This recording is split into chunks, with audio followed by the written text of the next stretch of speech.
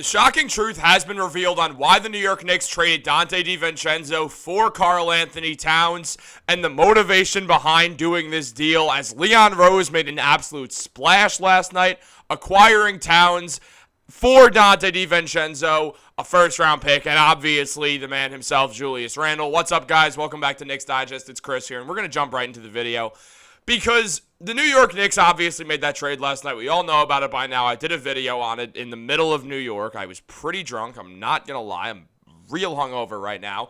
We're going to power through that, guys, because there was a lot of noise about why would the Knicks add Donte Divincenzo. The Nova Knicks, we were ready for it. We were ready for Brunson, Devo, Hart, McHale, all out on the court together, reviving that Nova Knicks, getting the reboot of that championship team. Let me tell you guys exactly why the Knicks traded Donte Divincenzo. He wanted to be traded. I know that sounds insane. I'm aware that it's nuts.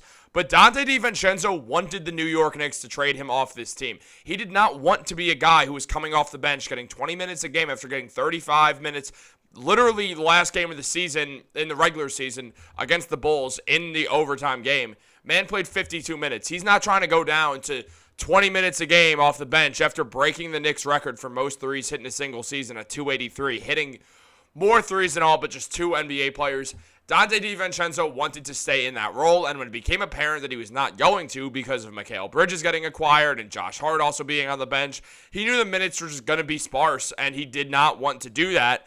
And that was pretty much backed up by a lot of sources. Now, as mentioned, as Matt Issa says, he's no newsbreaker, but he did hear that Donte Divincenzo was actually unhappy in New York and was not as into the Nova Knicks thing as advertised. The other Nova Knicks were excited for it. Josh Hart not necessarily has been a starter throughout most of his career. He's been on and off the bench. Man seemingly doesn't care, regardless, because he knows Tibbs is going to play him big minutes. Brunson and McHale are the two best of the Nova Knicks. Counting Divincenzo in this, obviously, still for now. Brunson and McHale are obviously the two best. I mean, McHale's all defense, defensive player of the year candidate. Jalen Brunson, you don't even need to say anything. But Ian Begley highlighted the same thing also. Now, as Begley mentioned, he said that he could say confidently that Divincenzo didn't love the idea of playing fewer minutes on a reduced role this season, and he doesn't think any competitor would be thrilled with the idea of taking that reduced role after having the best season of his career. So that's a guess from Begley, but he did say that he doesn't think that the issue described played a significant role at all in the Knicks' decision to move him, because they were against moving him for much of the offseason. Maybe the deadline of training camp combined with Randle's looming contract situation and the length of Mitchell Robinson's absence, which wasn't a shock, but obviously still not something great.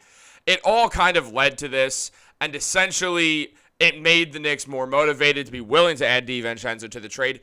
Devo was just not going to be happy with the Knicks. And also, at one point, he probably would have wanted to get traded. He wouldn't have publicly done it. That's not his style. But if he wanted to get traded, here's the deal, guys. He would have told Leon and co., it's a lot easier to trade Donte Divincenzo coming off this season than a Donte Divincenzo coming off the bench.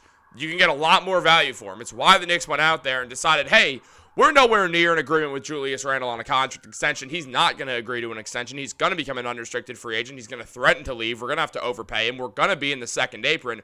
Why would we do this? What's the point? Let's move two guys who seemingly aren't against being traded at all. I mean, Julius wanted a team that'll pay him. Now, the Timberwolves probably won't, considering their weird financial situation and their ownership issues. Julius is probably not long for the Timberwolves, if I'm being honest with you guys. I do think Julius is either going to get traded before the season starts at the trade deadline, or he'll walk in free agency. He's going to decline that player option. Maybe either work out a sign and trade, go somewhere else. I could see the Heat. I could see Julius ending up in Miami. That it does make some sense. I mean, the shooting on that team would just be absolutely atrocious, but that would make some sense. A team like the Oklahoma City Thunder could make some sense. The Denver Nuggets could. Aaron Gordon. There's teams out there that Julius could go to.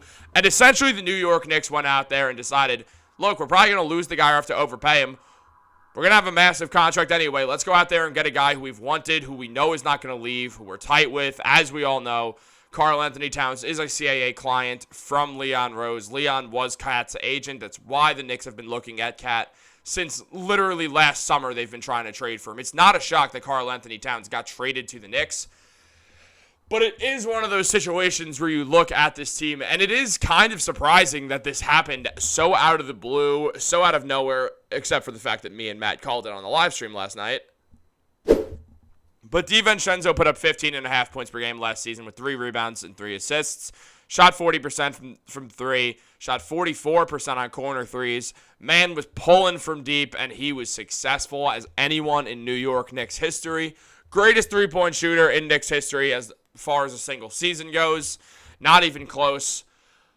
He didn't want to go on a reduced role, and that's fair. You can't blame the guy for not wanting to do that. He's really competitive. The Timberwolves are going to start him. He's going to get more minutes on Minnesota than he was going to get in New York, and Devo wanted to get those minutes. He wants down the line to be able to get a contract extension. Also, speaking of contract extensions, Devo is going to become a free agent in 2026. Mikal, Josh Hart, also due for extensions in 2026. Now, I don't think Mikhail's going to make it that far. He is going to sign an extension prior, probably on some bargain deal, which he's already hinted at. Mitchell Robinson, free agent in 2026. The Knicks were going to have to pay an absurd comedic amount of money in 2026. That sort of solves the problem. I guess not, because you have Towns who's on that massive contract. But obviously, it's a weird trade. I am curious what you guys think about this, and we're going to be talking about this more, so make sure you guys subscribe to the channel. But it's one of these, this is so weird. Like, it's just a weird time to make this trade. Very strange. I'm not surprised that Julius got traded. On the Julius front, it's very simple. No contract extension was coming. He was going to become a free agent. That was it. Towns and the Timberwolves, he loved it there. He was happy. But he was making too much money. He was signed to a bad contract. I don't even want to call it bad as much as it just absurd, an absurdly high contract when it comes to the money of it. So it's just like he was so pricey. Obviously, Edwards is a factor. Gobert's a factor. McDaniels is a factor. Timberwolves saw Cat as expendable, and they moved him for a guy in Julius who they'll flip, and for Divincenzo, who just fits beautifully next to Anthony Edwards. This is a good move for Minnesota, I think, absolutely. Obviously, this is Knicks Digest, so we should talk a bit about that. But I did make a whole video yesterday. I don't think this was a great trade for the Knicks. I see the vision. The more time goes on, the more I get moved from this trade. I think the Knicks made the right move. It's tough because your risk-reward just shot up. Like, yeah, it's really risky. And the Knicks might just be a second-round exit from now on and be worse. Or they'll win the NBA Finals because it just gives them so much versatility.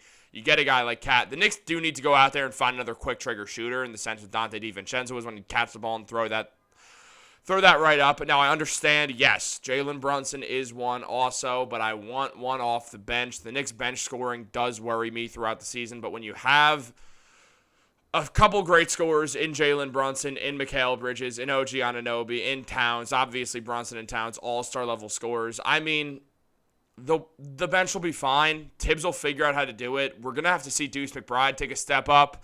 I'm very curious to see how that goes. Let me know what you guys think in the comments down below. I need to lie down, man. Have a great day and go Knicks.